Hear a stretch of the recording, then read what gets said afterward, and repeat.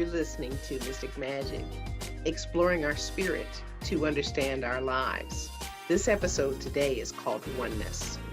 We have a dynamic and brilliant guest, Reverend Brian Akers. Stay tuned. This is Mystic Magic, exploring our spirit to understand our lives.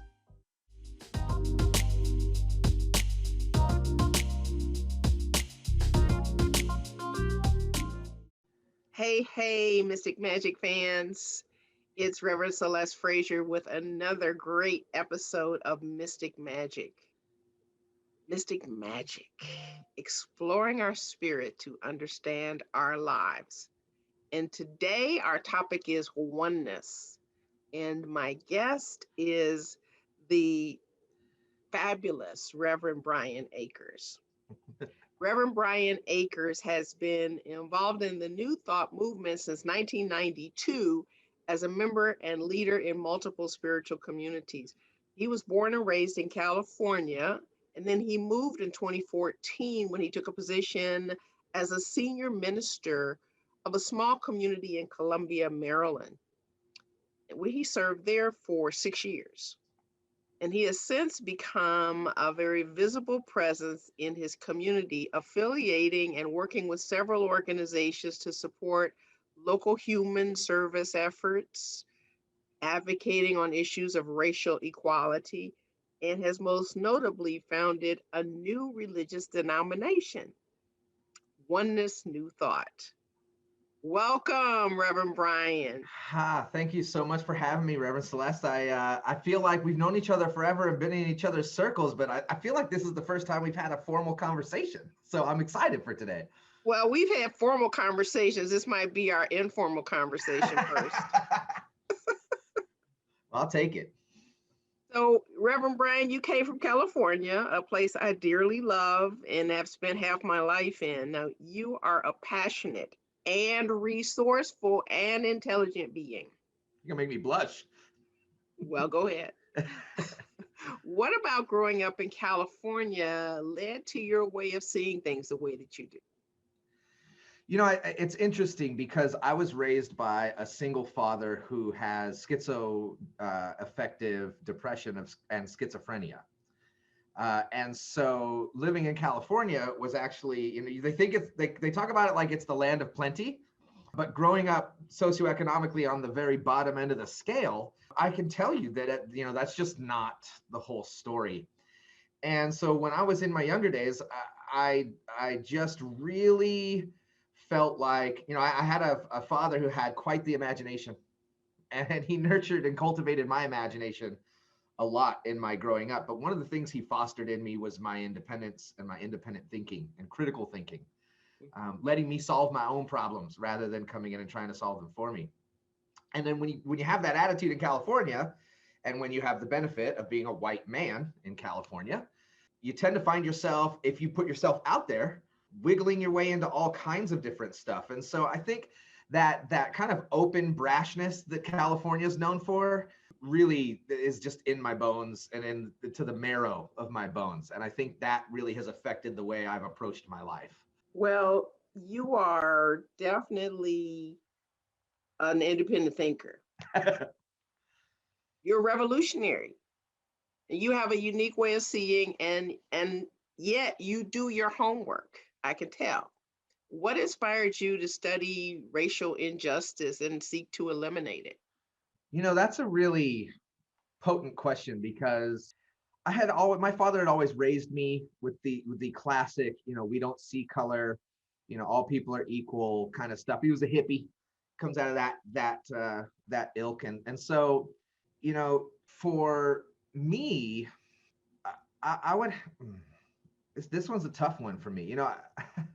When I think about what really radicalized me, when I moved to Maryland, it was in the same year that Freddie Gray was murdered in the streets of Baltimore. Yeah. And that was the first time that I had really been engulfed by a passionate call to be of service to the community for a racially charged topic. And it immediately made me start thinking about everything. I went down to Baltimore. I was part of an organization down there called Build. and we crashed a finance meeting and demanded that we get a meeting set for the community, for Freddie Gray's community, with the city council president, the chair, and we went to the sheriff's building and demanded a meeting there as well, and got both. And so that was really powerful for me. And so it made me start looking into things. And coming out of Huntington Beach, California, which is a specific part of California where most of my formative years really were, I woke up to realize that I was raised in a real hotbed of white supremacy. Mm-hmm.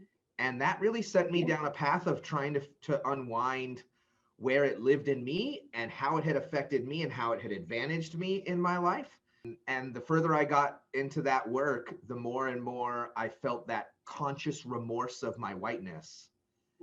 And I think that really has propelled me forward through the work since that time. But I would have to say definitely Freddie Gray's death and the actions that I participated in around his death are what really lit the flame for racial and social justice in me and my ministry. Yeah, I noticed something had shifted, and I want to follow up on this statement that you made about remorse. Mm-hmm.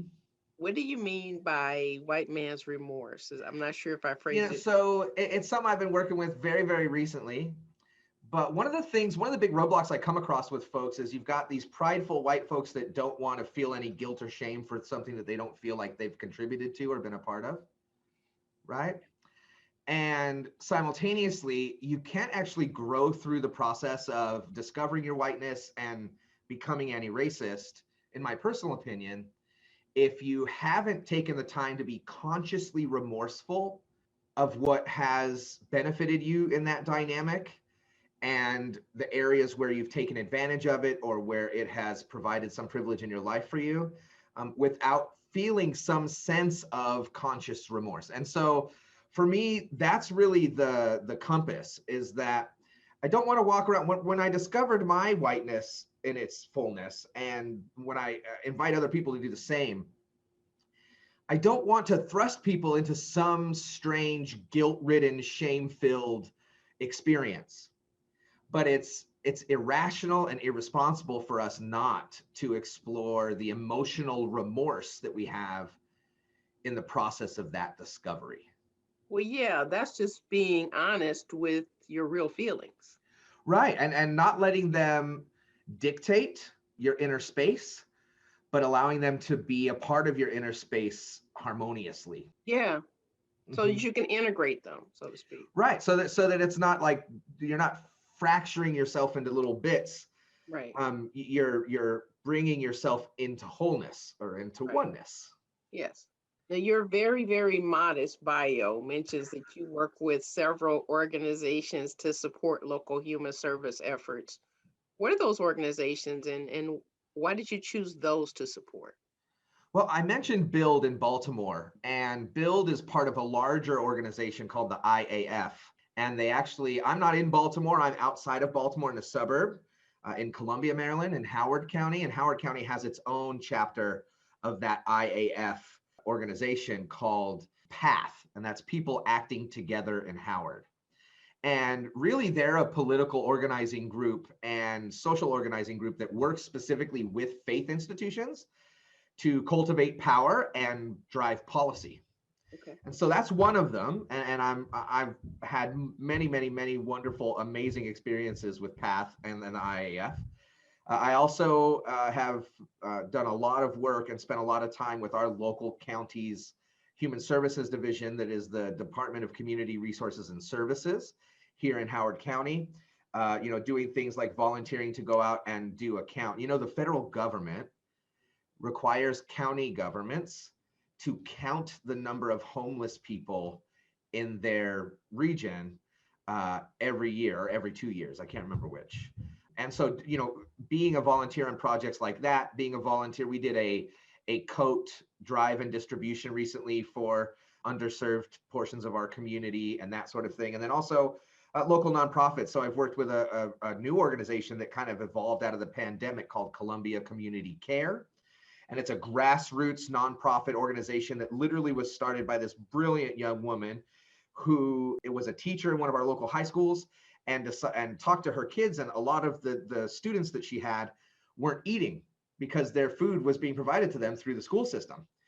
And so she band together a bunch of volunteers and just started setting up shop in different school parking lots for people to drop off donations and pick up supplies from each other to be able to try to supplement that. And it's since grown into a fantastic institution that does great work. So those are the kinds of organizations that I try to get involved with, people that are directly addressing the community right there in front of me here in my hometown. Well, the organization that deals with policy, I'm just curious, what kind of policy are they dealing with? So we've lobbied and organized in order to achieve greater density of affordable housing in the county. We've lobbied and achieved tax breaks for people who live on leased land in mobile home parks. And things of that nature. So kind of more like economic equity. Yeah, it's never about the politics. It's always about driving the policy to address a local need. And the IAF has a brilliant approach to doing that is just tried and true. They talk to the citizens, they find out what the citizens need, what the citizens want, and then they go in to try and drive policy centered around those particular needs. Well, in Holmes Institute, I remember having an exercise to create a religion. Well, I did the assignment, but you've actually created a denomination. Yeah, I'm really curious about this because the center I created in 2006 was called Power of Oneness Spiritual Center. And then it became Oneness Spiritual Center. What is the denomination of Oneness New Thought, and what are its tenets? Well, so, when I was growing up, what I found around me was a lot of communities of faith that I was not a part of, but my friends and my peers were all going to like bat mitzvahs and quinceañeras. That's a California thing too, and other rites of passage. Quinceañeras in the Midwest too. Oh, is it? Okay, cool. Yeah. It just goes to show, me in the middle of the country, we don't have a strong relationship. But what I felt I was missing that sense of community that was well organized and very clear about what it believed and what the core principles that it was founded on were driven by. And so when I found the Science of Mind around the age 12, I finally found a theology that I really loved, which is religious science. But over time, it became very obvious to me that I hadn't actually found that religious community of tradition and clear principle. And so as I grew up, I was trying to figure out what I could do about that. And, a few years ago, I thought, what would happen if someone took this theology and then took everything they understood about traditional religiosity and created a religion of choice, not to be the only religion, the best religion, the right religion, right. But to be a very specific religious approach to practicing religious science principles. And that's really what gave rise to the idea of Oneness New Thought. Is it a religion or is it a philosophy? I actually think that it's both. Okay. But I do think that it is, the way I describe it is that it's a religion and it's a system for spiritual living. Okay. And so if you're someone that doesn't like the word religion for all of the usual reasons, you can see it through the lens of being a system for spiritual living. But really, that system for spiritual living has been derived completely out of religiosity anyway. Okay. Right? Okay. And so we have 4 core pillars in our faith. We have core principles, we have divine virtues, we have our concepts of creation and immortality, and then we have our very specific spiritual practices. And what I wanted to do is I wanted to build a structure that was a supportive structure, but not one that was a dictatorial structure. And so really what it is trying to find that middle ground between the intense religiosity where every prayer is pre-written and every idea and thought that you have is predetermined and you have to just accept it as it is, and the ambiguity of everybody's right, everything's all good, do whatever you want to do, and don't be held accountable to a community or to other people or to any of the other things that lend themselves to spiritual living. And so somewhere in the middle, I felt there had to be a place where, actually, I take that back. I felt that I wanted and needed a place for myself that was a community that was built with that kind of accessible articulation of what they believed, but simultaneously endowed those people who were a part of that community to pursue the way that they choose to practice that faith in their own way. And I believe that's what I've accomplished with Oneness New Thought. So when you do spiritual practices, what do those entail and how expansive and inclusive are those?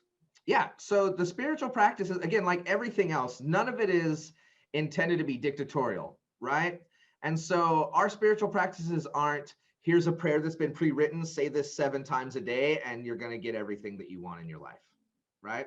We Right. focus on what kinds of practices throughout the ages have been kind of the ones that have always made it through universally across the board throughout all different sects of religiosity. And so our 7 core practices are prayer, reflection, meditation, envisioning, study, community, and generosity. Okay. And so those 7, what we do is we talk about what those 7 things are. And then over time, I'll be building a large catalog of examples and different techniques and tools that people can be using that are those kinds of spiritual practices. But they're never meant to be like, hey, this is the silver bullet. And they're meant to inspire and invite and almost just be a muse to spiritual seekers who want to create their own spiritual practice, but that spiritual practice is being created with a very clear intention in mind. And so all 7 of those spiritual practices are really articulated in a way that's meant to be an inspirational awareness of what it is that you should be engaging in, but not a dictatorial or authoritative statement about what you need to do.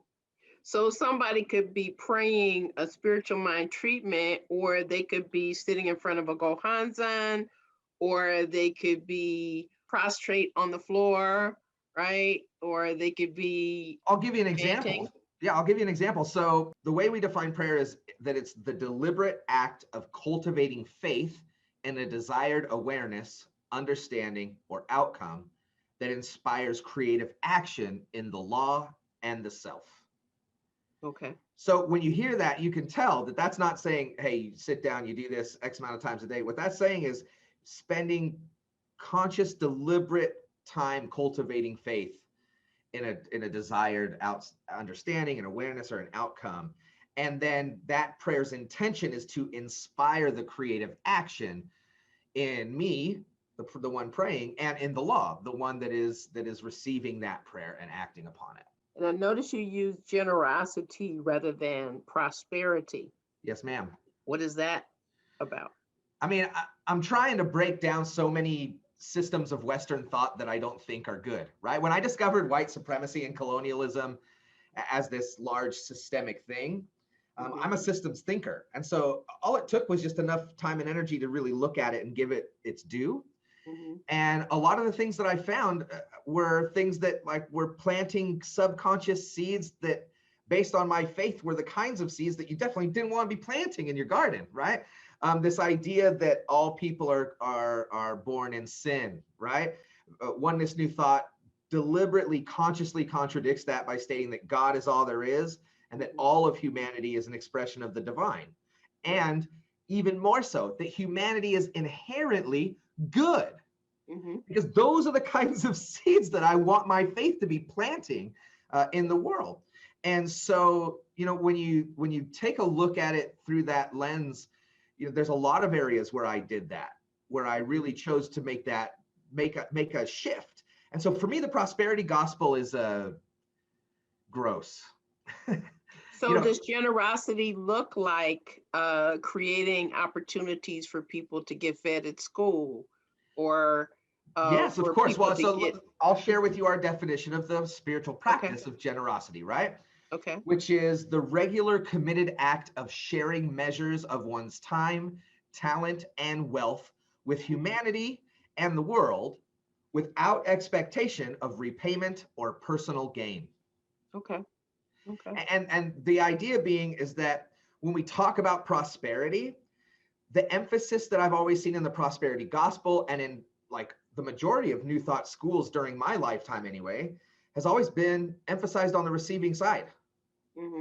But if Mhm. what we believe is that it's a system of reciprocity, then the same thing can be accomplished spiritually if we just focus on the giving side and allow that to drive. Because if every one of us is driving our sense of prosperity around our own giving, then we're all always outnumbered by the number of people who are giving to the world. And so when it's time for us to receive, what's needed to be received is right there in front of us, right? Right, because And so that's the way the law works. it's just a paradigm shift, right? It's just a Mhm. conscious and deliberate attempt to say, hey guys, we got to stop the materialism. We've got to stop the unchecked economic exploitation of others for the sake of our own prosperity.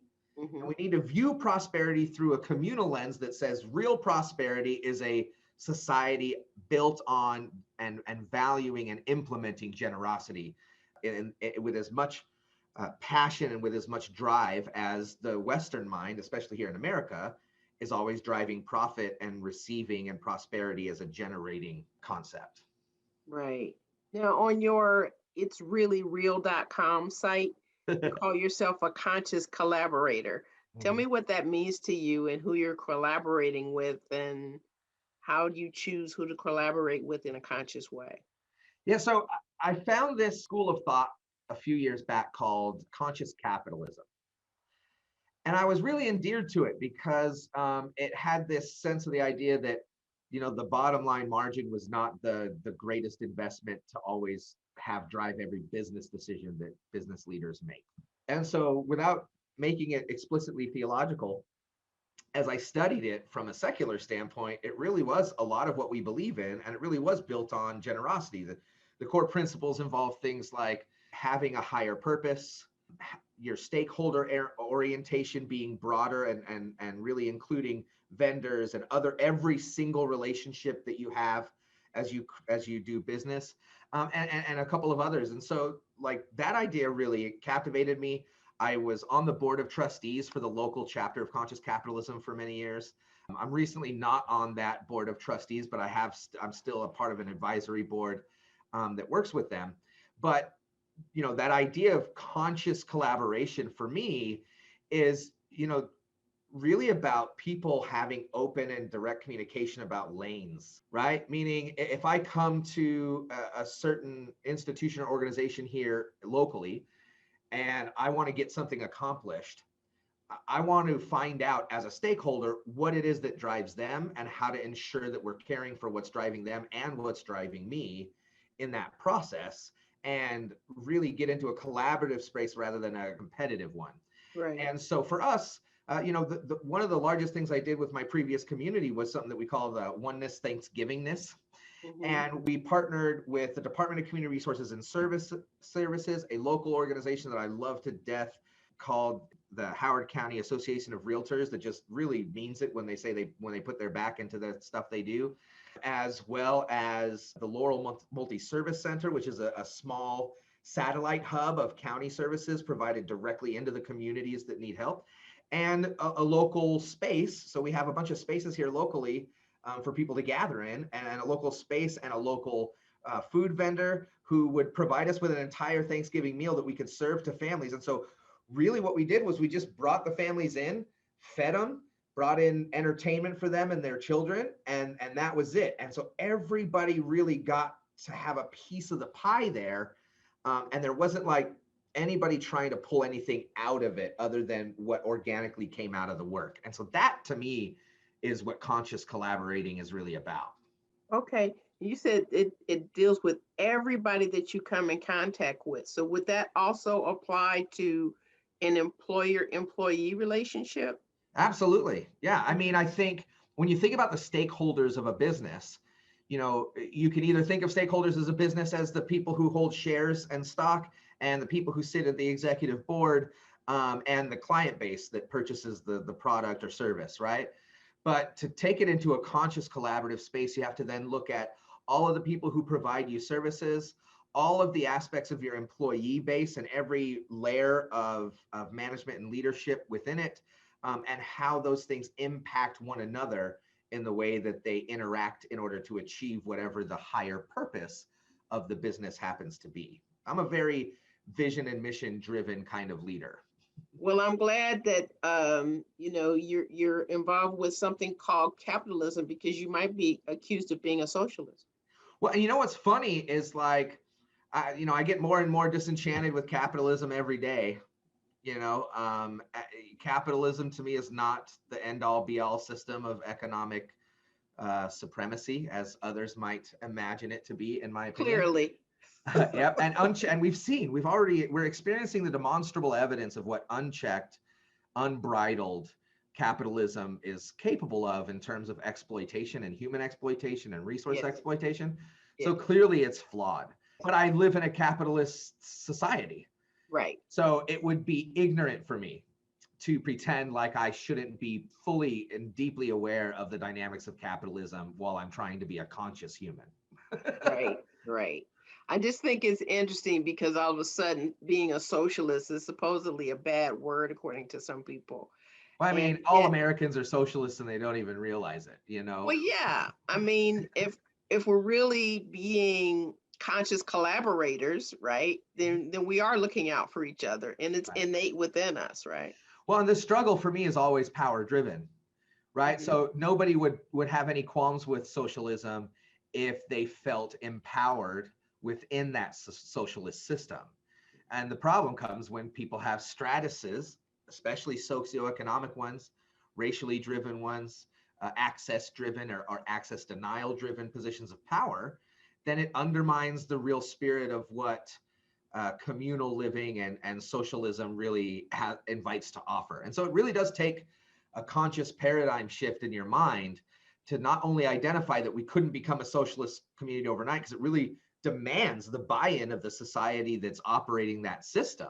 But what we can do is we can begin to look in that direction and say, okay, how do we move from here closer to there? Maybe not all the way over to the places that everybody's terrified of, but if you make enough progress in that direction, I imagine it's a downhill slope after a certain point in time. Well, sure. We just want to know that we're being taken care of, Right. and we are.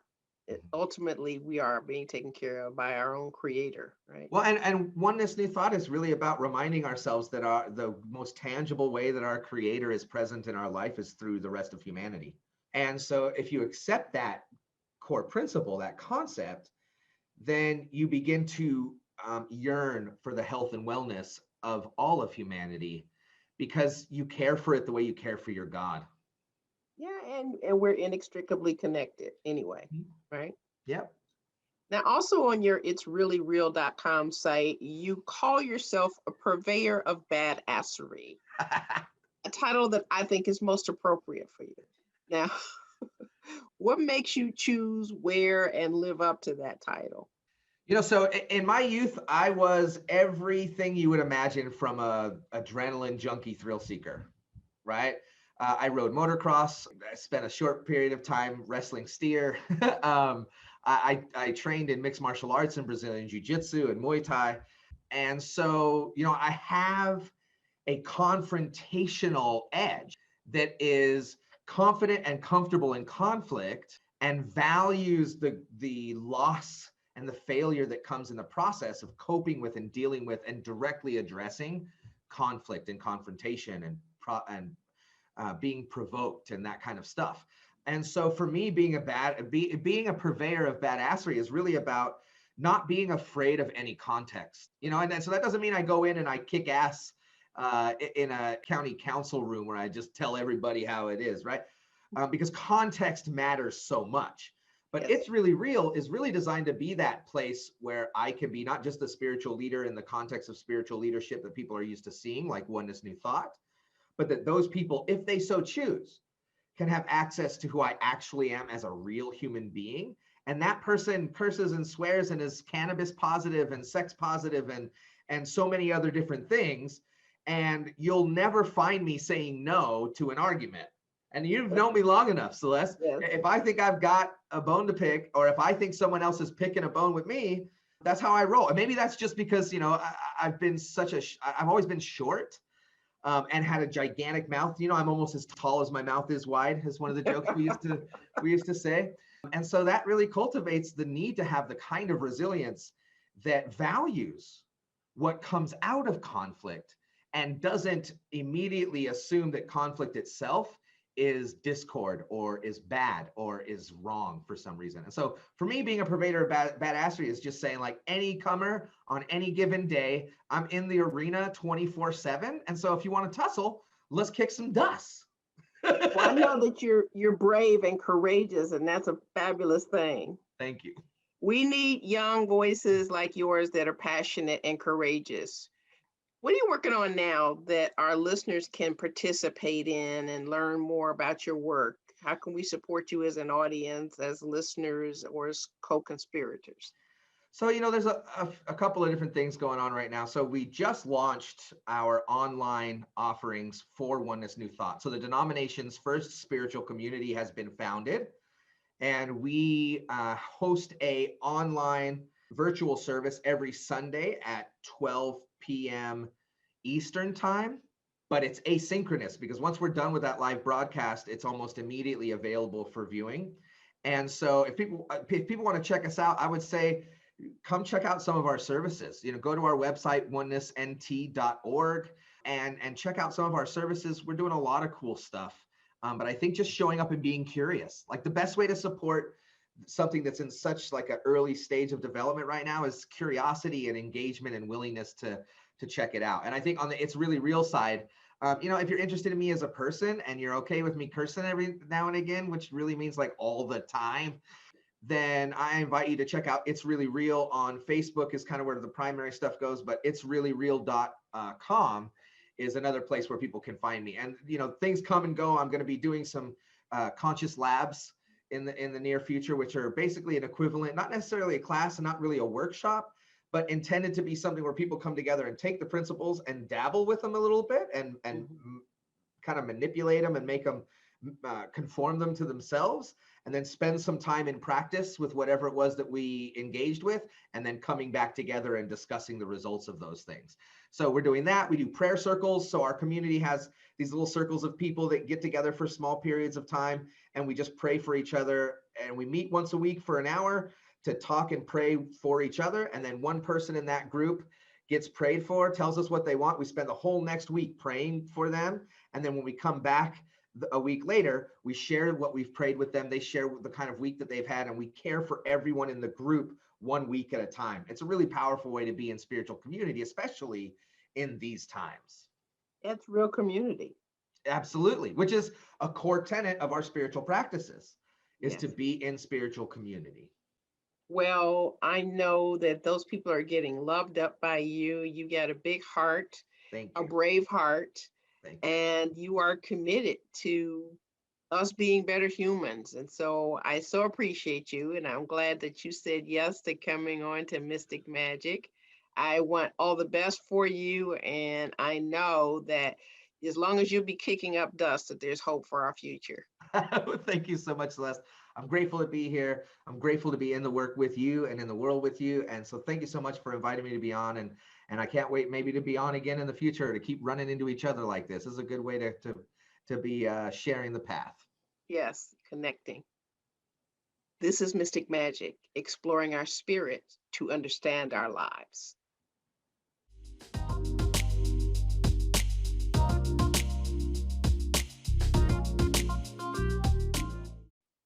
We are one. We share potentiality. I'm not done. There's more of me to be. The me that I am is divine. The essence of me is aligned with love, peace, and beauty. So it is my duty to take what I have and share. It is natural for me to care. If my brother is abused or killed, my impulse is to help us be healed. For when you hurt a part of me, something inside is wounded, you see. The thing is, we belong to each other. It's a oneness thing. There is no other. When I do unconscious othering, it's my own soul I am smothering. I am a purveyor of peace. All separation must cease, for it is just a false belief that you and I have a beef. because I cannot be who I came here to be unless you are all you came here to be. You are me and I am you. We may not resemble at all, but I came from the who that you came from too. So let's get along and sing our song, for both our voices are needed and our needs must both be heeded. We are one, you see. This is unity.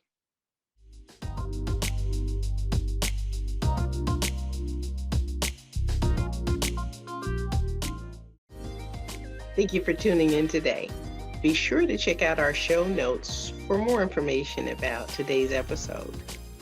You can find us on Apple Podcasts, Google, Spotify, Stitcher, iHeartRadio, and all of your favorite podcast venues. Be sure to tune in next week when my topic is, how's your loving? If this show has been a blessing to you, be sure to financially support the show.